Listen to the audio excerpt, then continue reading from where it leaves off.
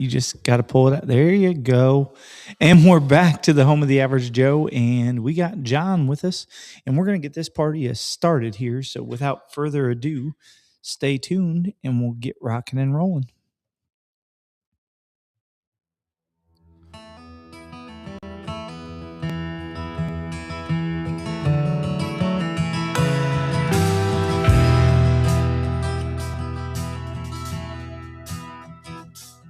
I'm always up on time, down on my luck. Got a brand new payment on an old worn out truck.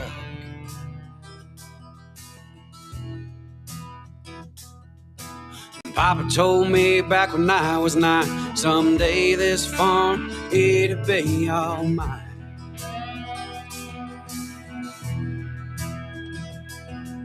Now I walk these woods with kids of my own. It's been 12 years since Daddy done.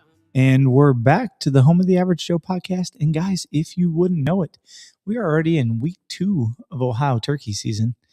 And week 2 of Ohio turkey season, turkeys 2, hunting RX 0. Yep. John is shaking his head. So with that being said, so I guess let's start with you didn't go opening weekend, right? No. Yeah, so opening weekend. Actually, yeah, I did. I went Saturday. Okay. For a couple hours. All right. What'd you see opening weekend? It was 2 that were with hens. With hens. But they were pretty tight-lipped, right? Oh, yeah. Yeah. So we had opening weekend was a tale of 2 different days, right? So Saturday was 71 and mosquitoes. And then Sunday was 36 degrees and the birds were fired up because of the fact that it was super chilly. So then fast forward, I mean, like we had them talking, didn't really get them coming in, but that leads us to today. And today is as far as this weekend goes. So you went out yesterday, right? Mm-hmm. And how many did you see yesterday? I seen 2 hens and heard 1 gobbler. And you tried to make a play? I tried. I wasn't successful. Right, but it was fun, right? Yeah. Yeah.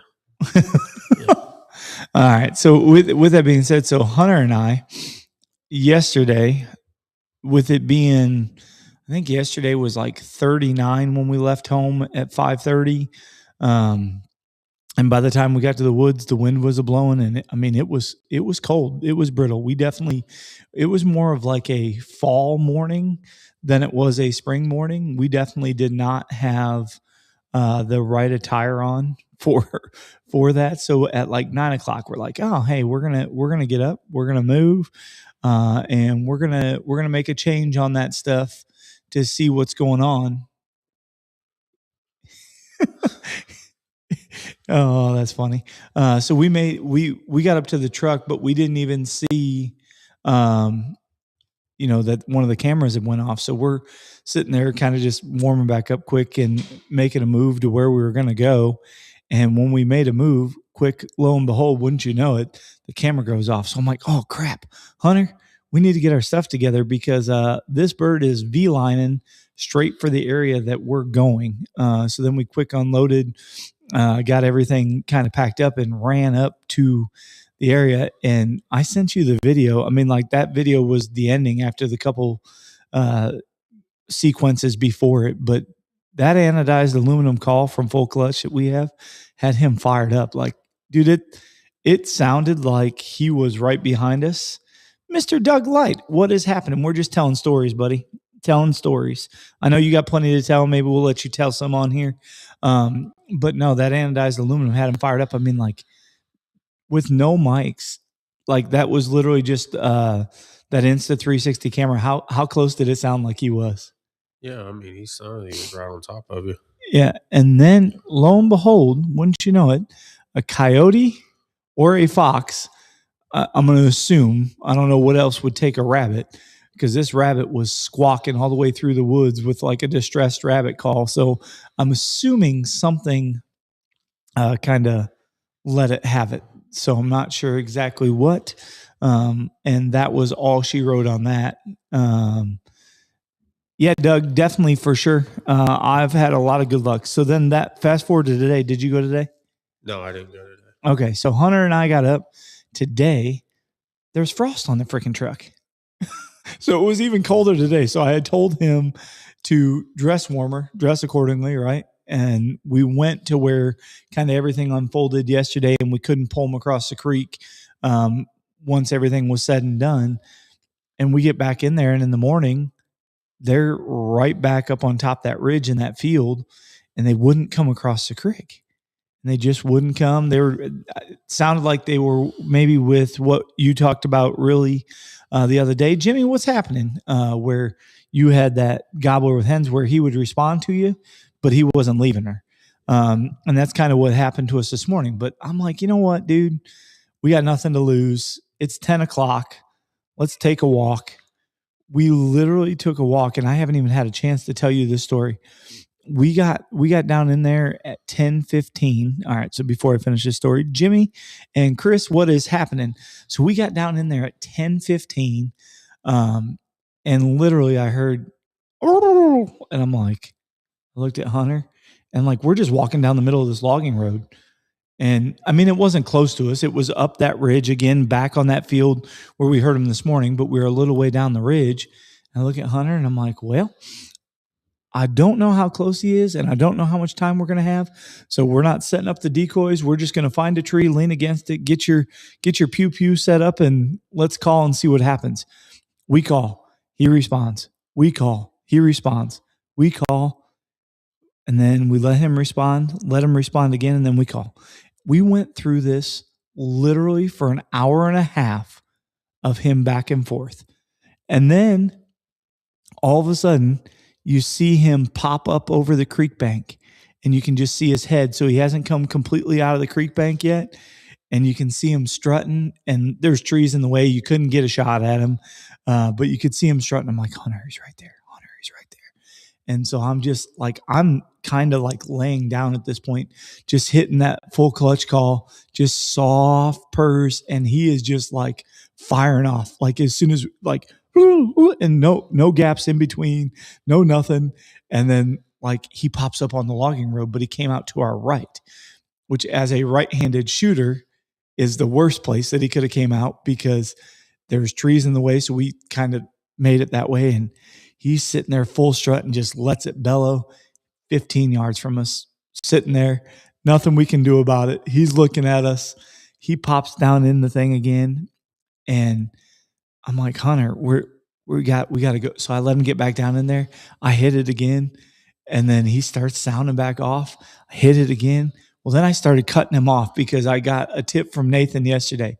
He said, you're going to have, if you get a bird that responds, especially this time of year, he's typically a harvestable bird. But you're going to have to do one of two things. You're either going to have to shut up and let him seek you, or you're going to have to cut him off and piss him off as far as his voice and see how fired up he gets. Well, I literally kept cutting him off, and he kept just and kept going and going and going and going. And it sounded like he was working his way back up the same creek bank. So I told Hunter, like, because I couldn't see him yet, told Hunter to kind of move so that way he could angle his body that way. And Hunter said that when he put the gun barrel in the air to move over and take it off the rest so we could have that angle, he said he seen him. And then all of a sudden that bird went tight-lipped, wouldn't respond. But literally for an hour and a half, it was all like back and forth to the point that like we had cameras running so long that it killed both the cameras because like the batteries were just running on record. But it was probably one of the coolest experiences to hear them spitting and drumming and be 15 yards and then like pop out to know that you pulled them across that whole thing to get them in there. So it was a fail in the aspect that we didn't get a harvest, but looking over at Hunter, seeing him shake as he's hearing that gobbler just kind of sound off.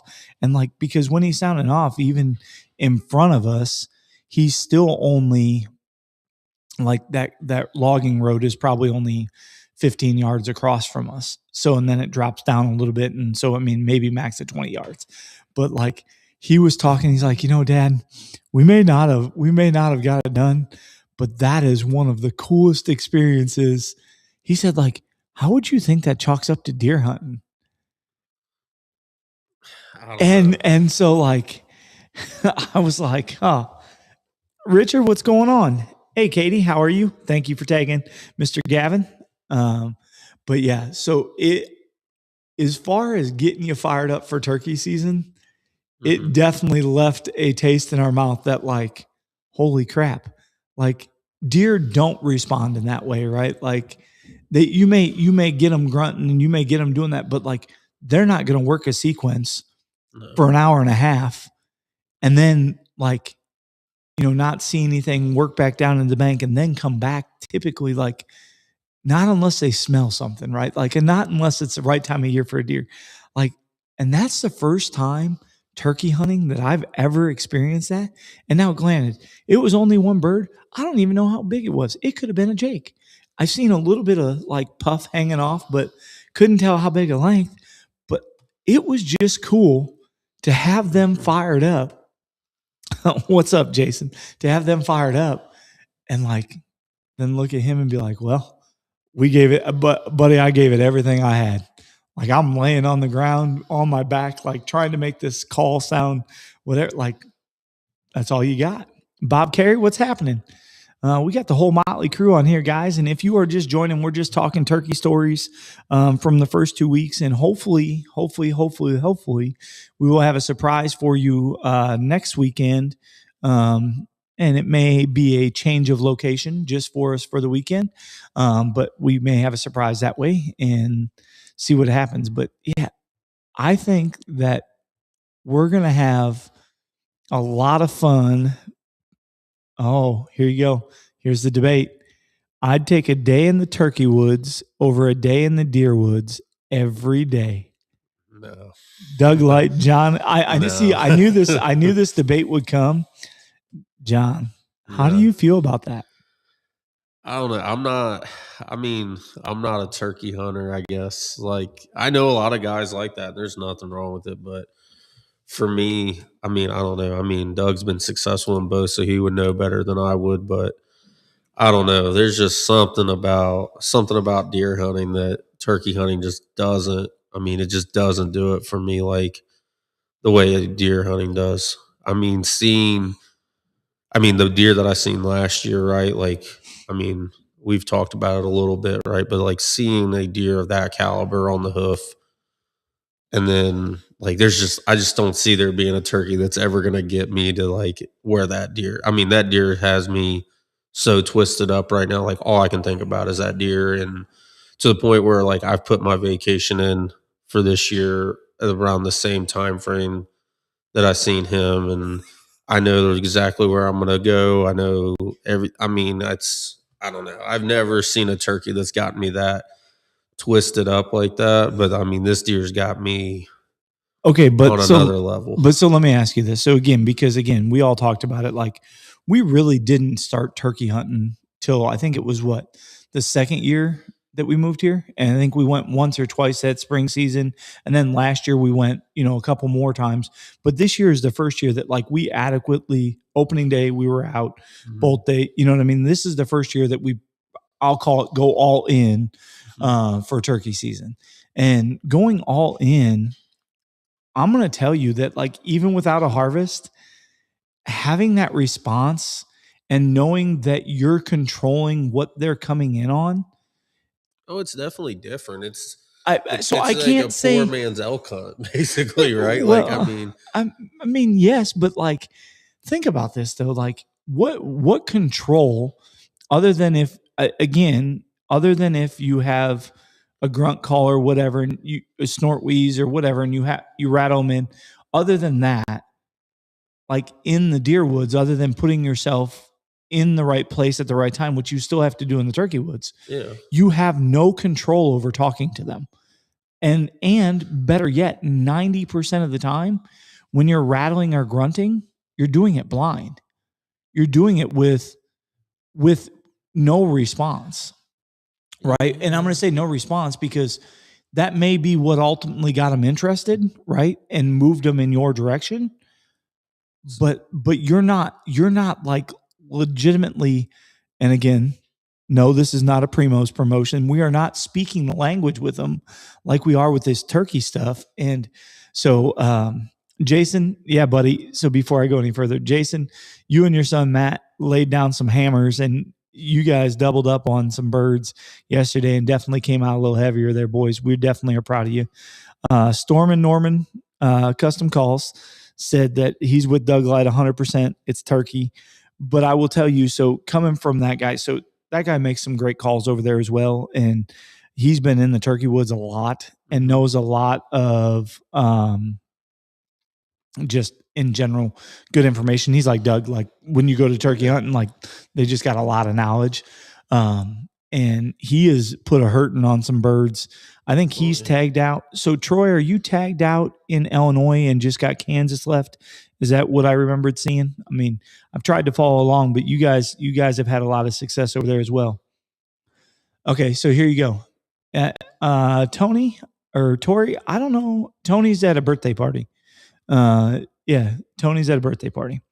Storm and Norman. So I'm gonna assume it's Troy. So he's like, think about this: how rare it is to harvest a 25-pound bird with a 12-inch beard and 1.5-inch spurs is the same as a 200-inch deer.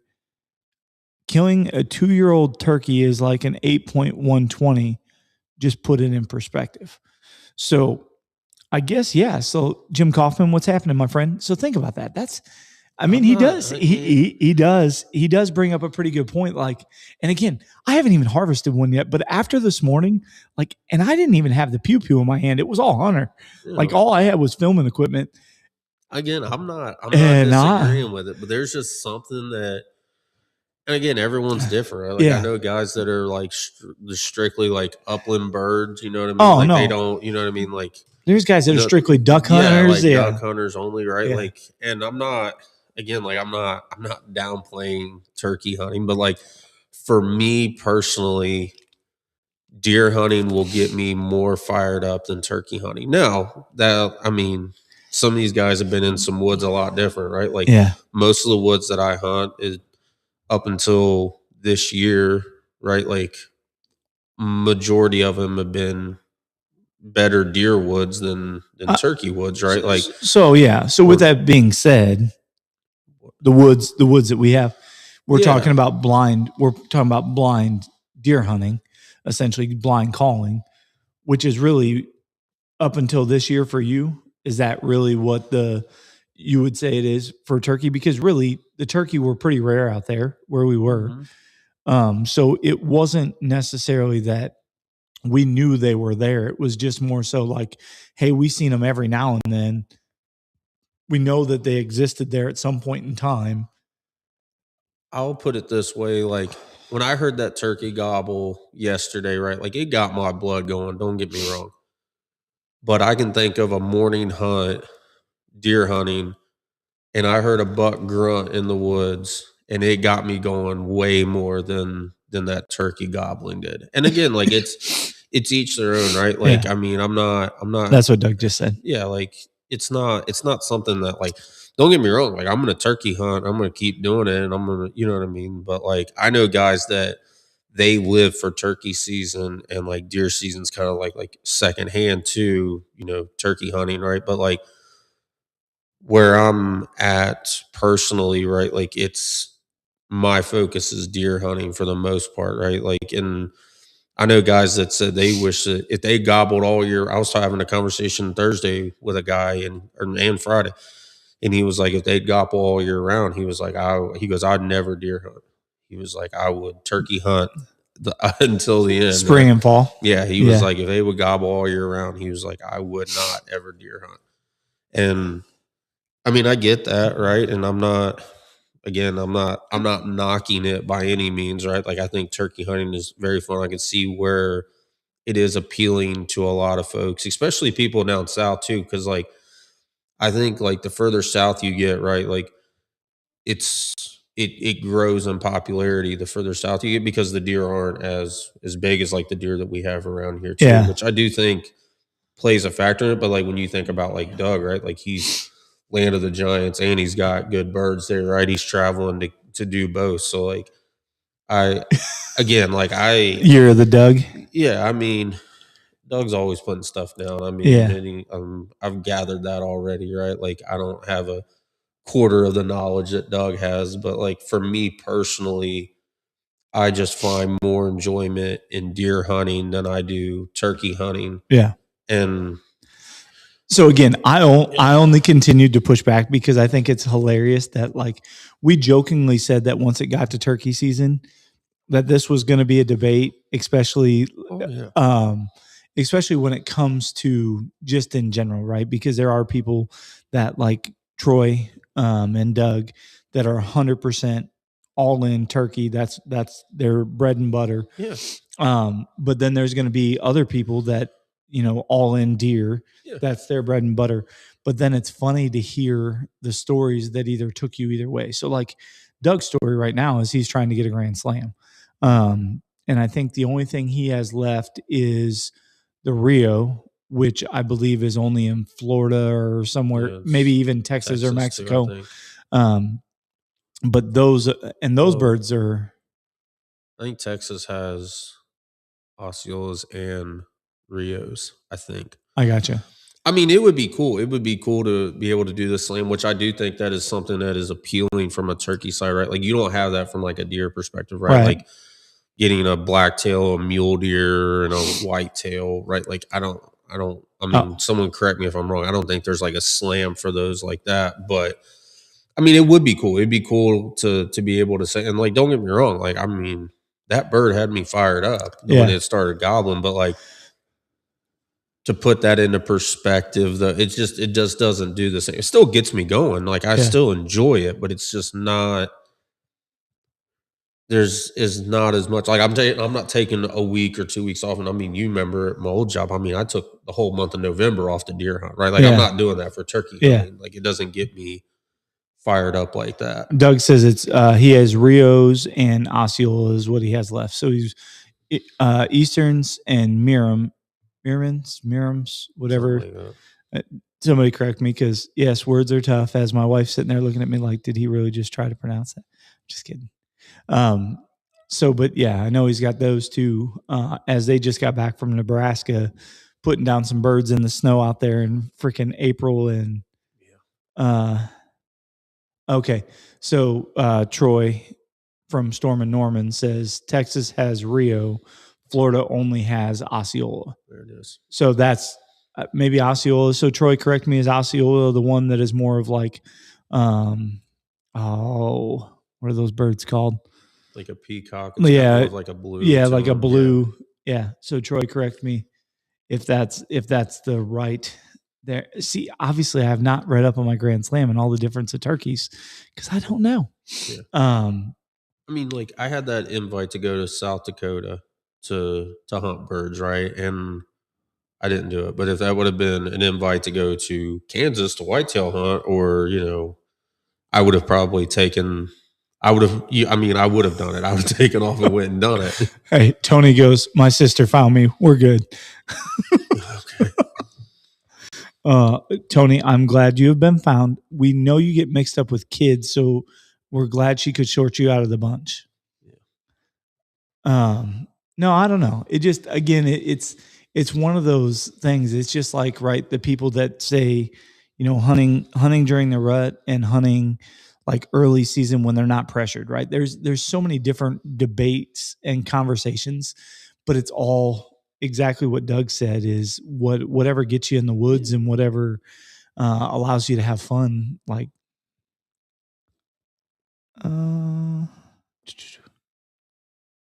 no, those are isolated in Yucatan. All right. Well, see, Troy, I know I could count on you to correct me on what, because of the fact that you have definitely a lot of turkey knowledge, my friend. You and Doug are Doug and Nathan. I think the three of them, probably between the amount of turkeys that I see them boys put down, it's insane. Oh yeah. Actually, Doug today, him and I were talking. So, and Doug, this is a kudos to you. So he has put 3 birds down himself and then called in 2 more for his nephew. So he's all in all called in 5 total birds, which is I mean, pretty good. Yeah. Yeah, and then it could also be just like my level of experience with turkey hunting too, right? Like the more you get into it, I'm sure like I mean, like you were talking about like Nathan having all those like I mean, just talking to him when we were at the show, right? Like some of these guys have so much knowledge about turkey hunting that like I haven't even scratched the surface on, right? Like and for me, like if I had that level where, you could almost outsmart the bird or like know what to do with it, like that could change a lot of like my view on turkey hunting. Oh, for sure. Tony goes, I could have blasted a rooster yesterday. Would have ate, I assume. Yeah. Yeah, that one. Oh, shoot. No, so I don't know, man. So what is it? The 10th? The 10th is when it opens up all day for us here. Is that what it is? I think so. Because it's roughly 10 days in. I know it's 10 days into season, but I don't remember what the day is. So the crazy part is, and I don't know how your cameras have been for turkeys where you've been seeing these gobblers, but like where we had seen them, it seems like at night they're more on the property that we can hunt, and then the morning, which is what we can currently hunt, they're more on the neighboring properties. So I think that is definitely a game changer. I don't think T-Bone goes, time to take off work, boys. There you go. T-Bone's in. He is. I'm still trying to get my first bird too, right? Like, Yeah. and again, like once you lay down that first bird, it could change a lot of your, mindset towards it too. So like, I'm not the one size fits all. For me, deer season just does something different. Doug goes, I could never outsmart a turkey. Just lucky enough to be in the right spot at the right time. I'm going to call BS on that. Yeah, I was going to say there's a record track record with a lot of knowledge on that one. Jimmy says, I just got one on cam for the first time in a week. So that's another conversation. So we use cameras for deer hunting, right? Mm-hmm. So how many people that are on here use cameras to scout turkeys? And this is where it would be nice to have a Tacticam person to see how many people they talk to that scout turkeys. But it's just you and I. So we don't work for Tacticam, so we can't. But I don't know. So I mean, do you think there's a benefit to scouting turkeys in that sense? Do you think they're patternable like a deer in that aspect? I mean, I don't know. To me, when I think about, and again, like I'll revert to the experts in the chat, but for me, I feel like a bird is, in particular, like a tom is just like a buck and rut, right? Like you're not gonna really know where he's going or what he's doing. Like you may know where he like beds or roost at, but to me, like he's constantly moving around trying to like just locate hens, just like a buck does. Except for my understanding on what I've read about turkeys, they don't have like a lockdown. Like they're a couple hours and then they're done, right? Like bucks will stay the night type thing. Yeah. You know what I mean? And like turkeys are, they're running around and, just trying to find as many as they can, right? Like, yeah. Bucks are, 2-3 like weekend warriors with them. And, the birds are a little more free spirited, Yeah. Living on edge. Living on something. We're live. I can't really go too much into I know. But yeah. So Jimmy says he does use cameras and it's frustrating, which we talk about that all the time about how frustrating it is with deer hunting, even with cameras, right? Because like you place the camera and then like you're at work and it goes off and you should have been there. Old T-Bone says no cameras for turkey, just wing it. And then Troy goes, Doug is legit. Don't let him fool you. Just humble because that's what turkey hunting does to you. Yeah. So really the reality is it's so funny because like they talk about turkeys and the size of their brain, right? And they're using all of it to survive. No, for sure. But they say they have this pea-sized brain, but then the reality is like all of us hunters that get outsmarted by this pea-sized brain. And it's like, you talk about the intelligence behind that bird. And when I say intelligence, like when they sense fear, though, they ain't no dummy. No. Like they'll just tuck and go. Or like today, like he was fired up cutting me, like because I was cutting him off, then he was trying to cut me off, and then as soon as and again, like we were covered up pretty good, so the only thing he would have seen is just caught movement. Yeah. Not even like we weren't on, Hunter's face was covered up. And that was enough for him, and that was all he wrote. Yeah. Jimmy goes, I would say if you got one in the evening, you know where he's going to roost somewhere close, and you can set up them a little easier.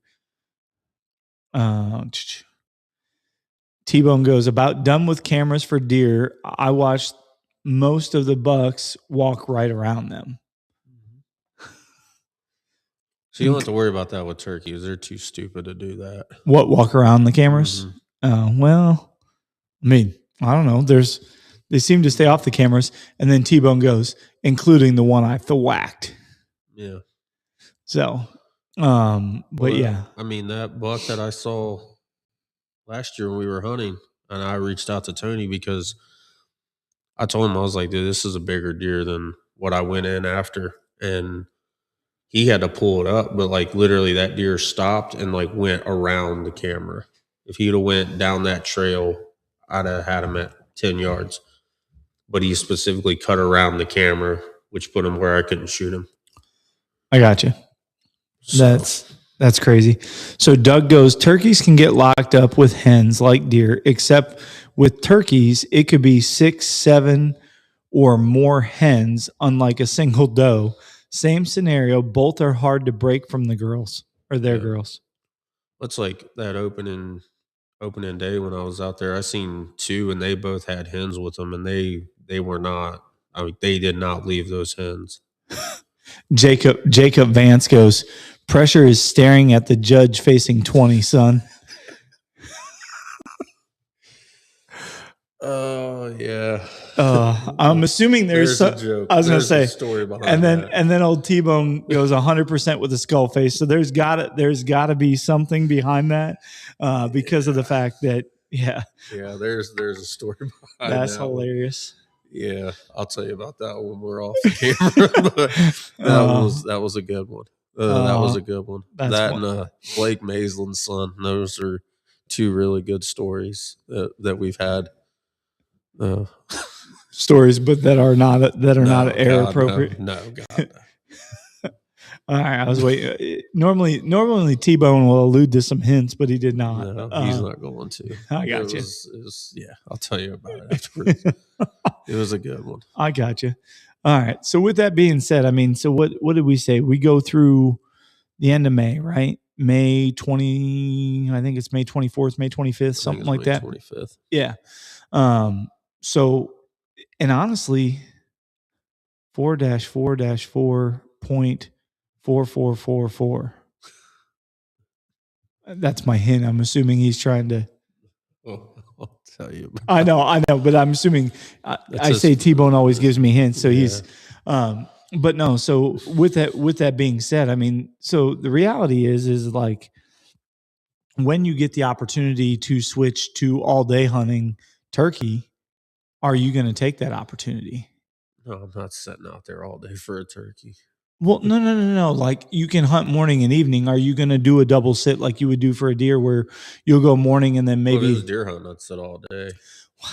Okay, I get that. But I'm saying, will you do a morning and evening sit for a turkey, or are you just basically going to be one and done, whether it be morning or evening? And I'll go in the morning and then probably go in the evening there, but I'm not sitting out there all day. Yeah. We'll catch you on the flip side, T-Bone. He says peace. Yeah. But yeah, I don't know. I think it's something that, again, that's what whatever you guys got going on with this secret society stuff, you got John giggling on camera and his face turning red. People are going to start to wonder here as to what's going on. Oh, this is something else. Are you going to sit all day, though? Are you talking to me, T-Bone? Because if you're talking to me, there ain't no way, no offense.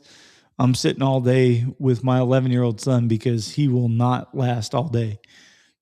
Right now, I mean, you figure you're doing pretty good from, I mean, we get 6 something. I mean, you're before 6:30, so between 6:10 and 6:30. Out there 6 hours. Yeah. So I mean, that's a long day for a kid as far as that goes.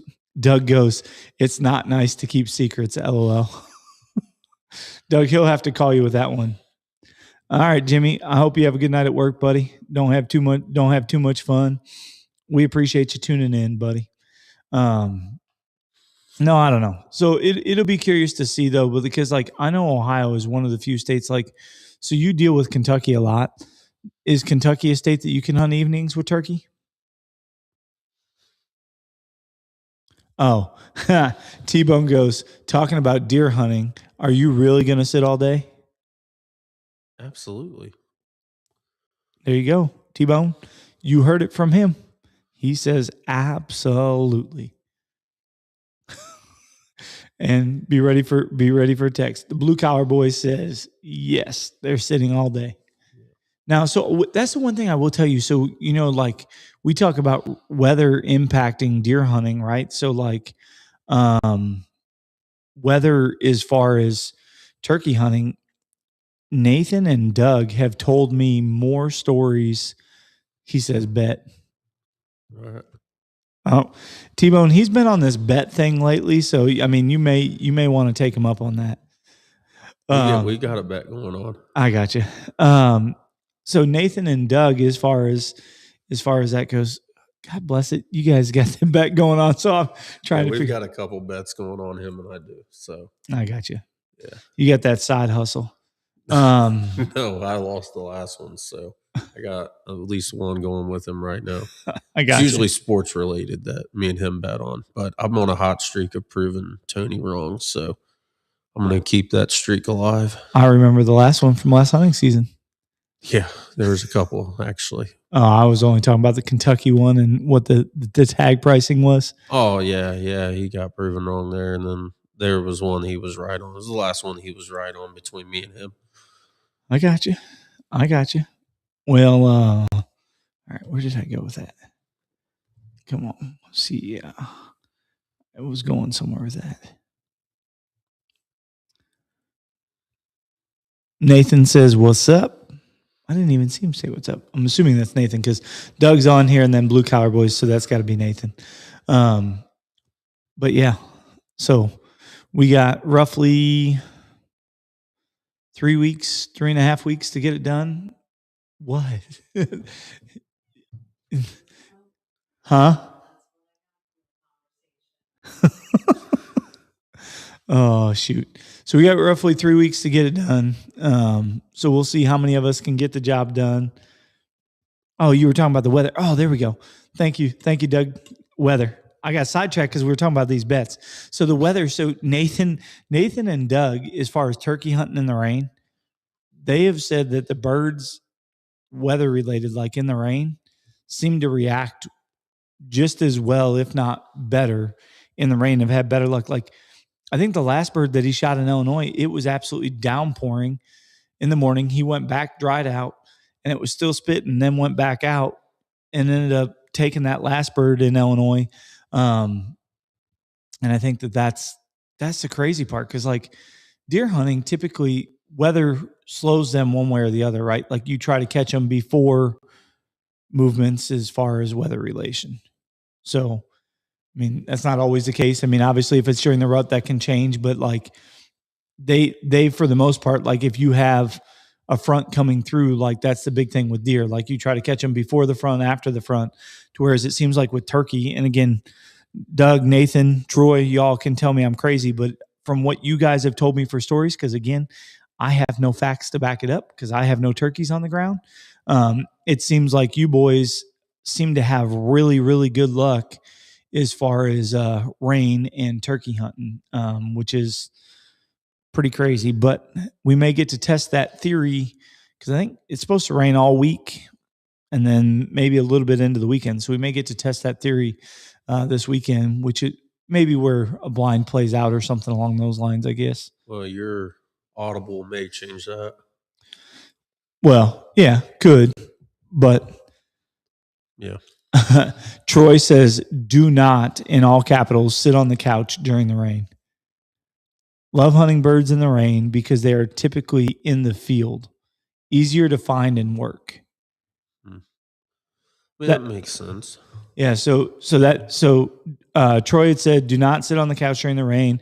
And again, like I said, I'm assuming it's Nathan because Doug's on here as well under the Blue Collar Boys Hunt, saying love hunting birds in the rain because of finding them in the field and easier to work. So are they typically, so when you say easier to work, typically more responsive, Nathan, just as far as calling and that type of stuff? And I guess the reality, and I know Troy came out with a call for this, but how does calling in the rain affect your hunt? Because I got to imagine there's some calls that like your normal slate calls and some of that stuff that are not weatherproof probably are harder to get any sounds on mouth call because of the fact that you're not going to have any friction. But I know that Troy had a call that was going to be, I'm going to say weather resistant because I can't remember exactly, but it's a like 4-sided call. So it's 2 basically pot calls put together. One side has 2 surfaces, flip it over. The other side has 2 more surfaces that way. Not necessarily, but easier to use the terrain to get in their bubble, run a diaphragm most of the time. So diaphragm is where it's at when it's in the rain. So there we go. That's what we got. And I know, so we said hi to Bob Carey, but Bob Carey, I was waiting for him to chime in. I know he was up with Mr. Rob Gagon and Mr. Dilly getting some trees cleaned up because it seems like weather as far as just like storms has kind of been kicking everybody's butt across the nation. I know up there, I think they just,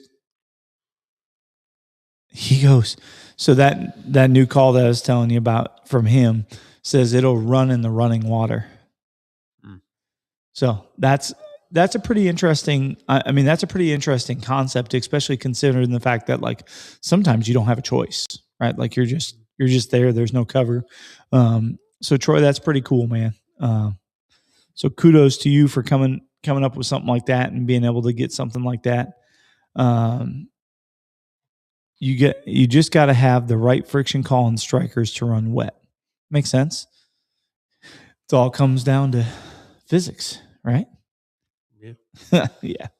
All right, guys. Well, I think as far as turkey rambling, we got some turkey rambling in tonight. And honestly, so like again, turkey stories, just like deer stories, are fun. And I think after this morning, as far as that goes, I mean, unless we get skunked or literally sprayed with a skunk, I mean, like Hunter is hook, line, and sinker now with the old turkeys, especially after that. So we'll see what happens if we can't get that kid a bird, and we gotta try to get that to happen. So we gotta try to get everybody a bird. I mean, if you guys haven't been paying attention, I think right now. So again, I try not to post more than one, I'll call it hero post a day on Hunting RX's social media. But right now, I have hero posts scheduled to run through next Friday for people that have laid down birds currently as of today. So that's and it's been running pretty consistently as far as that goes. So it's pretty cool to see all the people laying down the flop. The old adage, can't stop the flop with the king of spring, giving some of those jokers a headache, as Nathan would say. But yeah, let's see here. Doug says, put a couple bush lattes in me and I'll tell you turkey stories for hours. Oh, well. Well, Dougie, maybe we'll have to do that, and we'll just have to record your stories and be like, do a podcast that's basically a rerun of stories from Doug Light and just play it out loud. But yeah, guys, we definitely appreciate you tuning in. We appreciate all that you do for us, and again, we're we couldn't do this without you. I know we sit here and have a little banter and have a little fun, but John, you know what though? This week, you got nobody that can take your roundup. I'm telling you. You have to read anything? I've seen it like drop down before. Troy says, I don't even need a drink. I'll tell you. So I'm assuming he's got plenty of stories. And then he goes, shoot, he don't need anything to drink to tell stories is what Nathan said. Yeah. So basically what they're saying is they're calling BS, Doug. You'll tell the stories. Troy's got stories. Doesn't even take no liquid courage to tell no stories. So what do you got? How you gonna end it? Be safe out in the woods, right? I know most people, based on what I'm seeing, have already kind of tagged their birds and they're just traveling around and getting more birds laid down. But have fun, be safe out there, and don't forget to send your bird pictures in if you do get one, and we'll get it posted on social media. Yeah, we're gonna keep trying to get one. Yeah. And hopefully we'll have John's hero mug on there shortly, along with old T-Bone with his T-Rex pictures. But with that being said, guys, if you entered the contest, do not forget to send us your specs on your bird. So your weight, your spur length, your beard length. And if you even don't think that that's going to do that, make sure you're sending in those birds, because don't forget, we have the Top Turkey Slayer Award as well. So Troy, I know you and Doug right now, and I think even Langster probably and Jimmy are probably the 3 or 4 that are running pretty close, because I think Dougie's got 3. I think Langster's right there close, and you said you got 3 and heading to Kansas. So y'all are going to have something for the running here for the good old Turkey Slayer Award, because I know y'all are in. So definitely appreciate y'all. If you haven't checked out the website, we have all our new apparel and new hats on there. Troy, I said that actually specific for you, because I was thinking about that today. I see you shooting all them birds, taking all them birds, and then all of a sudden I was like, man, I haven't seen any specs on Troy's birds. So when I seen you on here, that was a nice, pleasant reminder. So make sure send it in, because I think the current leader is at, you want to look that up quick before I sign them off? I don't have access to it, or if I do, I don't know where the heck to find it. Just on the Average Joe contest on the website, huntingrx.com, Average Joe contest.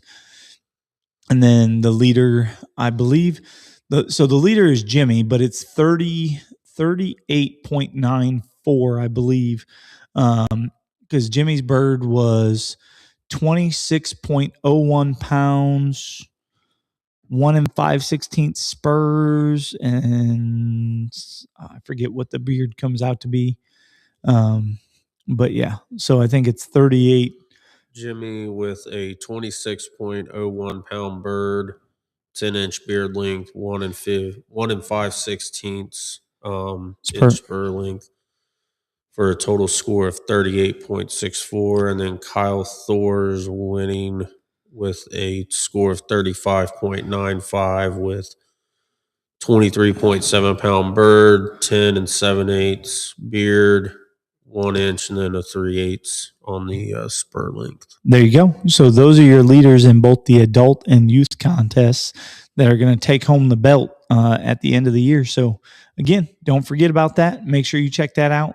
But if you need anything, do not forget to hit us up on www.huntingrx.com.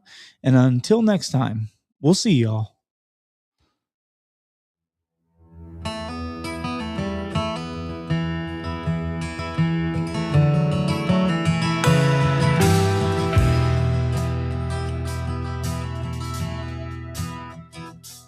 I'm always up on time, down on my luck. Got a brand new payment on an old worn out truck.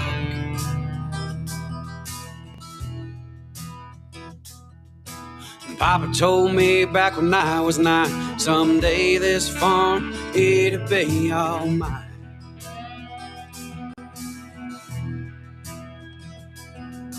Now I walk these woods with kids of my own. It's been 12 years since Daddy done passed on. I'm sharing stories in my pack. All right, y'all. So with that being said, we have ended the audio version of the podcast and getting ready to wind down the video version. Dougie, I did get your text measurements, and you and Mr. Jimmy are super close. But yeah, we still got a ways to go. You still have another bird to go, and we'll see what we can't make happen. So we'll see y'all on the next live stream, and you never know what this podcast is going to bring you. We'll see you.